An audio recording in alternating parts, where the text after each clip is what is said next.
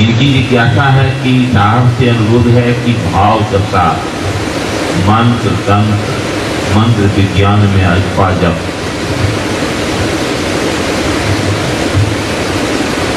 की क्या आवश्यकता है, कृपया समाधान करने की कृपा।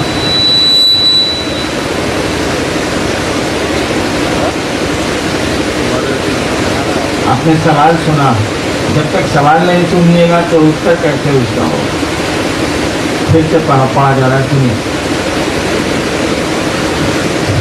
भाव दशा मंत्र तंत्र विज्ञान में अजपा जप की क्या आवश्यकता है। पहला शब्द इस्तेमाल किया है प्रश्नकर्ता ने, भाव दशा। ये भाव क्या है? हम लोग कहते हैं कि शिष्य भाव, गुरु भाव। ये भाव क्या है? शिष्य भाव गुरु भाव को छोड़ दीजिए, चलिए हम लोग अपनी जिंदगी में देखते हैं अपनी भाव दशाओं को। पुत्र भाव, पति भाव, मित्र भाव, दुश्मन का भाव यानी दुश्मनी का भाव। इसका अर्थ हम लोग क्या लेते हैं? पुत्र भाव, पिता भाव, पति भाव, पत्नी भाव, भातृ भाव, भाई का भाव, भगिनी भाव माने बहन का भाव। इसका अर्थ हम लोग क्या समझते हैं? खूब समझते हैं। पुत्र भाव यानी कोई उसका पिता होगा। पुत्र भाव में वह व्यक्ति है, इसका मानी वह अपने पिता की परवाह करता है। पुत्र की भाव दशा क्या होगी? वह अपने पिता की चिंता करेगा, उसकी परवाह करेगा, उसके परवाह के चिंतन में रहेगा कि मैं क्या कर सकता हूँ कि मेरे पिता को असुविधा न हो, कष्ट न हो, सुख हो, आराम हो। उसको पुत्र भाव कहेंगे और यही पुत्र भाव की दशा कही जाए। पति भाव क्या है? पति भाव का मानी हो गया कि किसी पुरुष की कोई पत्नी है जिसके प्रति उसके पास पति का भाव है, या कोई पत्नी है जिसके मन में उसके अपने पति के प्रति पति का भाव। दोनों एक ही चीज उधर से कहिए इधर। इसका अर्थ क्या हुआ? वही हुआ जो अभी हम बोल गए। जो पत्नी पति की चिंता में है, जो पति पत्नी की चिंता में है, उसकी परवाह की चिंता में है, उसकी परवाह करता है, उसका ख्याल करता है, कहा जाएगा कि इनके पास पति भाव है, इनके पास पत्नी भाव है, यही कहा जाएगा। अब सवाल यहाँ खड़ा है कि भाव दशा क्या है? भाव दशा तो स्पष्ट है। पूछने वाले का कहना यह है कि शिष्य भाव क्या है, गुरु भाव क्या है। गुरु भाव की व्याख्या है। गुरु भाव कहते हैं उस ईश्वर का वह भाव जिसमें दया भरी होती है, जिसमें अनुग्रह भरा होता है, इसको गुरु भाव कहते हैं। ईश्वर में दो स्थितियां हैं, इसको समझने की कोशिश करिए।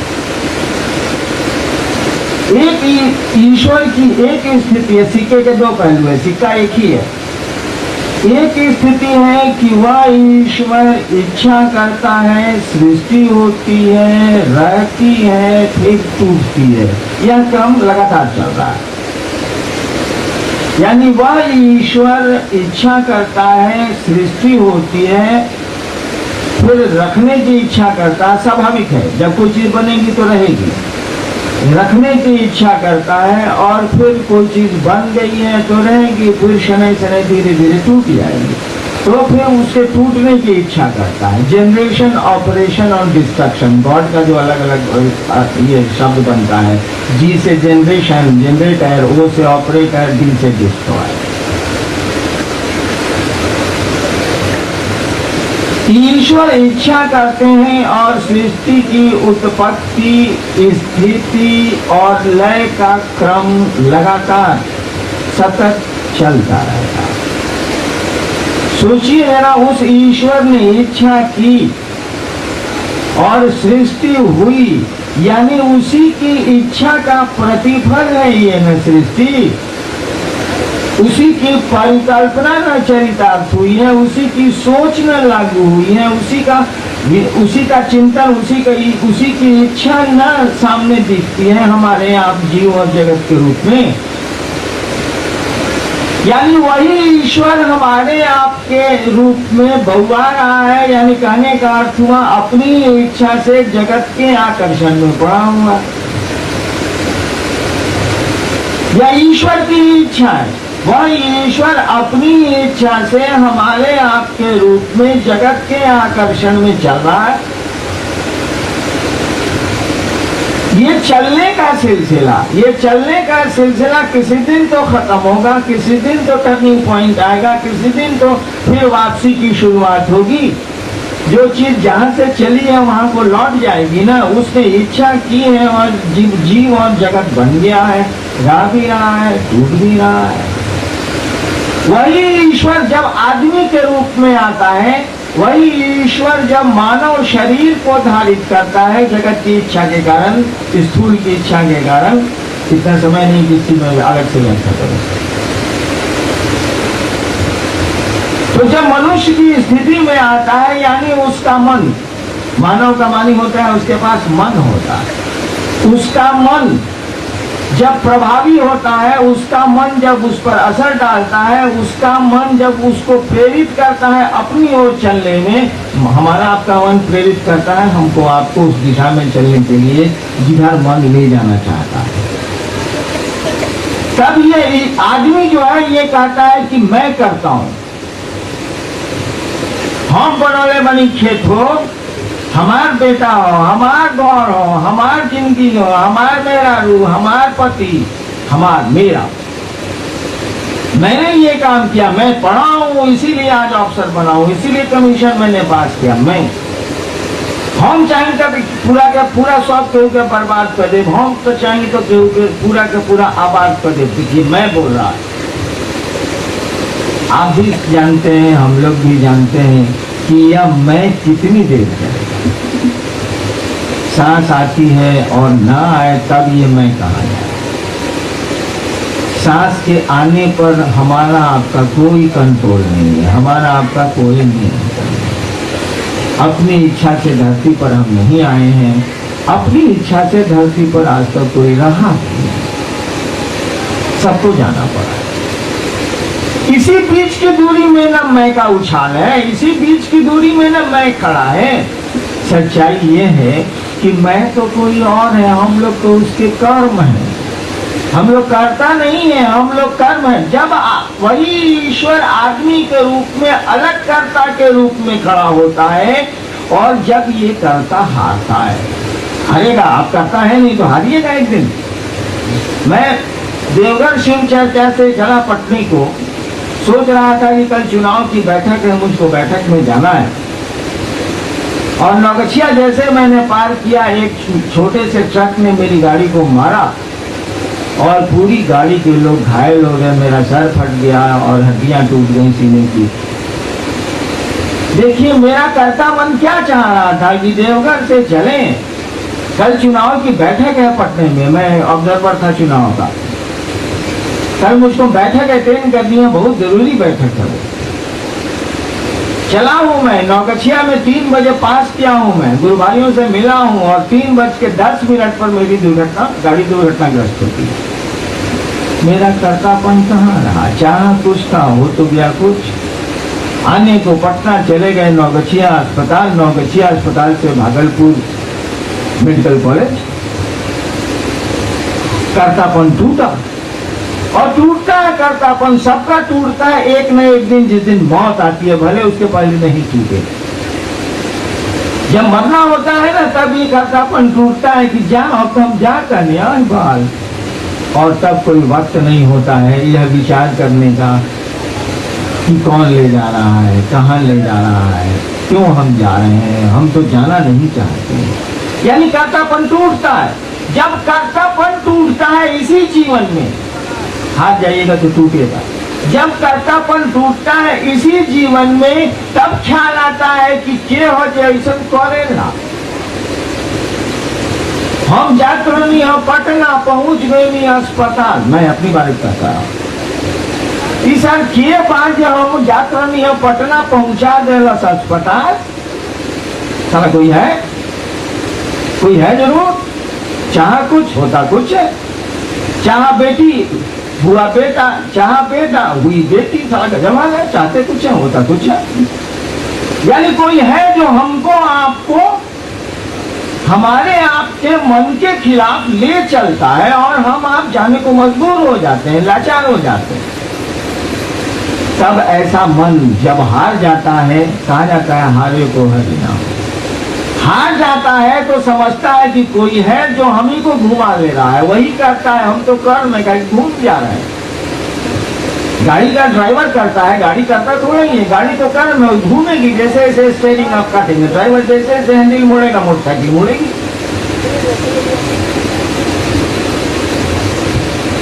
ये जो आदमी जब दूसरे को कर्ता मानता है और तब उसकी तलाश शुरू करता है, तो इसको मालूम है कि ये जो भगवान है ना, वो उसके बारे में जोड़ते हैं, जोड़ने वाले का नाम है गुरु। ये जानता है, समाज में उसको सिखलाया कि गुरु होते हैं जो शिव से शिष्य को मिलाते हैं, जो ईश्वर से जीव को शिष्य को जोड़ते हैं, वह गुरु की तलाश में जाता है। अब देखिए, मैं वहां था, ईश्वर की एक इच्छा सृष्टि की इच्छा है, दूसरी इच्छा दया की है। अगर दया की इच्छा उसकी न हो तब तो कोई इंसान किसी गुरु की ओर जाएगा ही नहीं, कोई गुरु पैदा ही नहीं होगा, क्योंकि उसके अलावा तो कुछ हो ही नहीं सकता है। उसने चाहा है, सृष्टि हुई है, वह चाहता है कि आपका मेरा कर्ता भाव एक समय में टूट जाए और आप और हम उस ईश्वर की ओर, उस परमात्मा की ओर चलें। इसी को कहते हैं दया भाव। एक हुआ सृष्टि भाव, एक हुआ दया भाव। सृष्टि भाव में वह शिव जीव बनता है, दया भाव में फिर ये जीव शिव बनता है। ये दो ईश्वर के पहलू हैं, दो एक सिक्के के दो पहलू।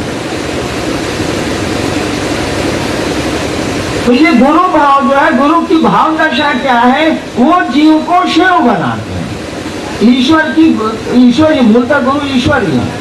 ईश्वर के का दया भाव क्या है, गुरु भाव क्या है, वो जीव को शिव बनाते हैं, वो शिव से आत्मा को परमात्मा की ओर ले चलते हैं, जोड़ने की जिम्मेवारी लेते हैं, एक में करने का जिम्मा लेते हैं। ये तो हो गई भाव दशाएं। दूसरा सवाल है कि मंत्र क्या है। एक बात सोचिए आप लोग जरा, हम आप या आदमी कोई काम करता है तो दो ही चीज के लिए करता है या तीन चीज के लिए करेगा। कोई काम वो मंत्र का जपना हो, वो पूजा पाठ हो, वो खेती बाड़ी हो, वो पढ़ाई लिखाई हो, जो आदमी दो ही तीन काम के लिए अपने सारे काम करता है। एक अपने सुख के लिए, दूसरा जैसे बुद्ध को हुआ कि मर गया, हम मर जाएंगे, कहा चल पहले देखते हैं कि मौत क्या है, क्या कि कब काम करेंगे, आ जाएगी तब तो गड़बड़ हो जाएगा, पहले इसी से फरिया लेते हैं। यानी दूसरा कि कौन है कर्ता जो हमको आपको मजबूर कर रहा है आपके हमारे मन के खिलाफ चलने को। एक हुआ अपना सुख, ये सुख छीन जाता है, इसीलिए चलो उसको खोजते हैं कि सारा के छीनता है, यानी परमात्मा ईश्वर।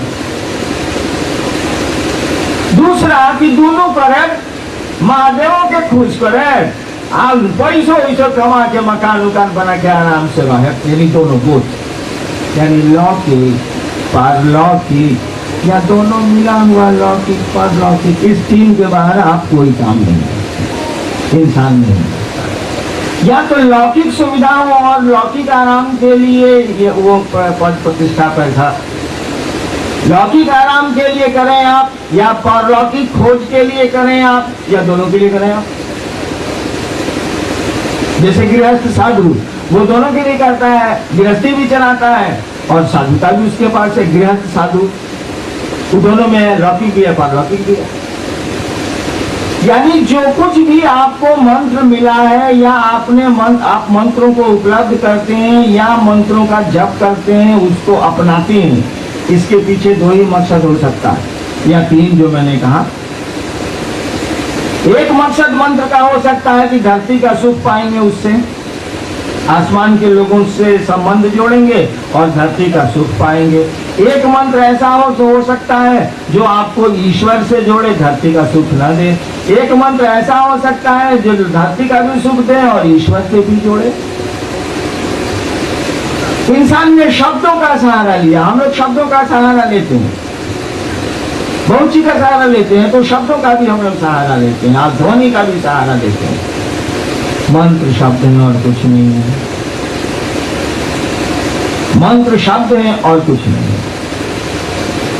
ये शब्द क्या है? मंत्र किसी देवता के नाम है, इसीलिए कहा जाता है कि हर एक मंत्र का एक देवता होता है, हर एक मंत्र का एक देवता होता है। क्यों ऐसा कहा जाता है? इसीलिए कि हर एक देवताओं का एक नाम है, तो हर एक मंत्र का एक देवता होता है, बिल्कुल स्वाभाविक है।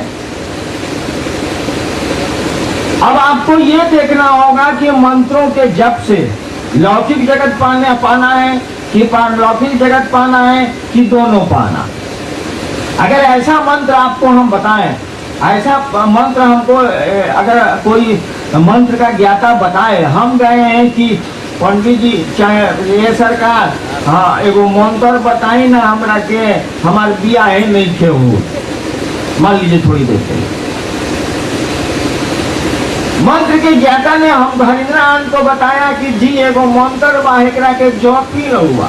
हम कहा ठीक बात, जप है, कितना जपे के बाद? 11 बार, ठीक बात। बिया निमन हो जाए नू तो हाँ हो जाए। कितना साल जपे के पड़ी बाबा? तो जी ज्यादा ना 70-75 साल। मंत्र को लीजिएगा तो 70 में तो जीए की मुंह में बुढ़ा तो जी बेलू करे तो दे हाथ वैसे ऐसे हिले लगी, आज तो मंत्र सिद्ध हुई, आज तो मेहरारू मिली, महाराज We will not accept it। हम लोग इसको स्वीकार नहीं करेंगे। कैसे करेंगे? यानी लौकिक जगत के लिए जो मंत्र उपलब्ध होंगे वह एक समय सीमा के भीतर होने चाहिए, उनका परिणाम एक समय सीमा के भीतर आना चाहिए, तभी हम आप उसको ग्रहण करेंगे या हम आप उसको स्वीकार करेंगे, अन्यथा नहीं। क्योंकि माता को बीमारी हो गई बा, अब बताओ जाता कि जा हई करो, हई पूजा करो, 80 साल में ठीक हो जाएगा। Will you do it? आप नहीं करेंगे, कोई नहीं करेगा। ऐसा 80 साल में जेम पूजा तो ठीक होती तो लौकिक जगत के लिए मंत्रों का प्रयोग एक समय सीमा के भीतर चलता है और इसीलिए उसके लिए प्रयास कम किए जाते हैं, कोशिशें कम की जाती हैं। कम कोशिश से लौकिक जगत का काम चलेगा, तभी मंत्रों की उपयोगिता है, अन्यथा नहीं। कहा गया कि लौकिक जगत में तो समय है भैया, उस समय के भीतर काम नहीं होगा तो मंत्रों का तो कोई उपयोग नहीं है, कोई उनकी उपयोगिता नहीं है। कहा गया लेकिन पारलौकिक जगत के लिए, ईश्वर को पाने के लिए, अरे बाप रे बाप, इसमें तो जन्म जन्म मुनि जतन कराएंगे, इसमें तो लगातार प्रयास भी होगा, तब भी शिव उपलब्ध नहीं होंगे, भारी पड़ा है। में जेम पूजा तो ठीक होती तो लौकिक जगत के लिए मंत्रों का प्रयोग एक समय सीमा के भीतर चलता है और इसीलिए उसके लिए प्रयास कम किए जाते हैं, कोशिशें कम की जाती हैं। कम कोशिश से लौकिक जगत का काम चलेगा, तभी मंत्रों की उपयोगिता है, अन्यथा नहीं। कहा गया कि लौकिक जगत में तो समय है भैया, उस समय के भीतर काम नहीं होगा तो मंत्रों का तो कोई उपयोग नहीं है, कोई उनकी उपयोगिता नहीं है। कहा गया लेकिन पारलौकिक जगत के लिए, ईश्वर को पाने के लिए, अरे बाप रे बाप, इसमें तो जन्म जन्म मुनि जतन कराएंगे, इसमें तो लगातार प्रयास भी होगा, तब भी शिव उपलब्ध नहीं होंगे, भारी पड़ा है। मंत्र तो मिल सकते हैं, समय, उसकी प्रक्रिया, उसकी क्रिया क्या होगी भैया? अगर 108 बार जपेंगे हम ईश्वर को पाने के लिए तो ठीक है, 5 माला कर सकते हैं, 11 माला कर सकते हैं। एक आदमी हमको मिला था मधेपुरा में, जो 51 माला करता था नमः शिवाय। चलिए 51 माला भी हो जाएगा, कोई बात नहीं है। कल रात में 2 घंटा जगिए जाएंगे, 3 घंटा क्या लगेगा।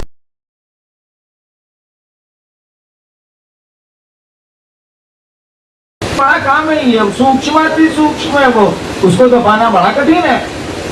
इसके लिए तो लगातार प्रयास करने होंगे। इसीलिए हमारे शास्त्रों ने कहा कुरु पुण्यम अहोरात्रम, तुम पुण्य करो दिन और रात। कुरु पुण्यम अहोरात्रम, आज मन दिन, तुम दिन रात पुण्य करो। यानी इसका अर्थ क्या हुआ? सारा सूच जाएंगे तो कैसे पुण्य करेंगे भैया? आहन तो ठीक है, दिन तो ठीक है, और रात्रि, रात में सुतता ही है आदमी, सोएगा ही 7 घंटा 8 घंटा, उसको सोना ही है, क्या करेगा वो? मर जाएगा, पागल हो जाएगा। कुरु पुण्यम अहोरात्रम, अहो तो ठीक है यार, रात्रि का क्या होगा? नहीं नहीं, ऐसा नहीं। ईश्वर को उपलब्ध होने वाले मंत्रों का जब तुम सांस प्रश्वास की प्रक्रिया पर करो, और इसमें सोने जागने और काम से क्या लेना देना है?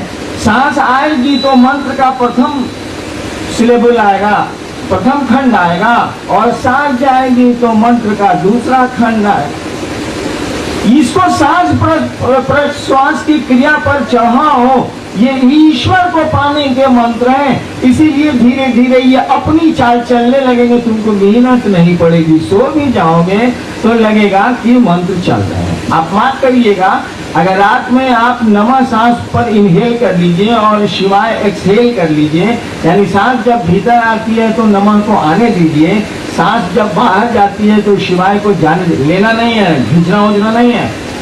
सांस जिस गति में चल रही है उसमें नमः को आने दीजिए, और सांस जिस गति से आपकी हमारी चल रही है उसमें शिवाय को जाने दीजिए। और इस प्रक्रिया को अगर चलाते चलाते आपको नींद आ जाएगी, आ ही जाएगी। अगर सो लेटे लेटे कर रहे हैं तो नींद आ जाएगी। जैसे नींद आएगी और सुबह में आपकी नींद खुलेगी, आप महसूस करेंगे अरे सर नमः शिवाय चल रहा है।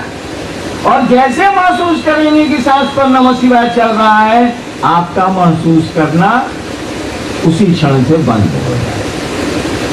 सांस पर मंत्र चलेंगे लेकिन हम आप महसूस नहीं करते। यानी कहा जाता है कि सिद्ध मंत्र अपनी चाल चलते हैं, उनमें खुद खूबियां होती हैं। इसीलिए कहा जाता है सिद्ध पीठ, उसमें खुद खूबियां होती हैं। सिद्ध मंत्र उनमें खुद ही खूबियां होती हैं। अब सिद्ध मंत्र किसको कहते हैं, सिद्ध पीठ किसको कहते हैं, फिर बहुत लंबा हो जाए, छोड़।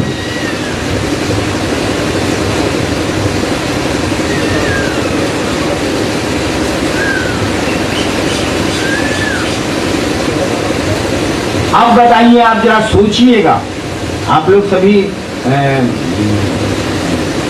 जागृत शिव से क्षेत्रों में आप गुरु की चर्चा करते हैं, लोगों को शिव गुरु से जोड़ते हैं। आप सोचिए,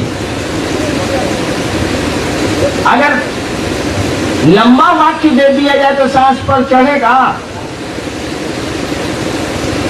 तू थू थू रहा हुआ सांस पर चढ़ा, ये तो तू अलग तू अलग होगा, क्या नहीं जाएगा, नहीं चढ़ेगा। 3 सिलेबल हो गया ना। अगर ये मंत्र बनाया जाए कि तू थू रहूगा, बकलोल रहूगा, कैसे चढ़ेगा साला? तू चढ़ जाएगा, बकलोल भी चढ़ जाएगा, हुआ कहा जाएगा। 3 सिलेबल नहीं चढ़ेगा, 2 ही सिलेबल में होगा। इसीलिए ईश्वर को पाने के जितने भी मंत्र हमारे यहाँ उपलब्ध हुए हैं वो मात्र 2 ही खंड के हैं, 3 खंड के नहीं हो सकते। यानी जैसे ले लीजिए आप नमः शिवाय, ये शिव का पंचाक्षर मंत्र है नमः शिवाय। ये सांस पर चढ़ेगा, नमः विल कम इन, शिवाय बाहर जाएगा। कहता है कि जप नहीं है, इसकी गिनती नहीं होगी, महादेव का ध्यान भी करने की जरूरत नहीं है। अजपा जप, ये जप नहीं है। तो पहले कह दिया ये सांस प्रश्वास में मंत्रों को आना जाना, अजपा जप कहते हैं। जप है लेकिन अजपा है, ही जपा, जपने का सिद्धांत इस पर नहीं लागू होगा। पटने में कुछ लोग गए थे यहीं आप ही के इलाके से, उन्होंने कहा कि जी सांस पर नमः शिवाय करते हैं 108 बार। हम तो आए ठीक है, सांस पर नमः शिवाय 108 पर कैसे हो सकता है भैया? वहां तो गिनती हो ही नहीं सकती है, तो 108 पर कैसे हो जाएगा? एक आदमी की सांस 24 घंटे में 21,600 बार चलती है औसतन।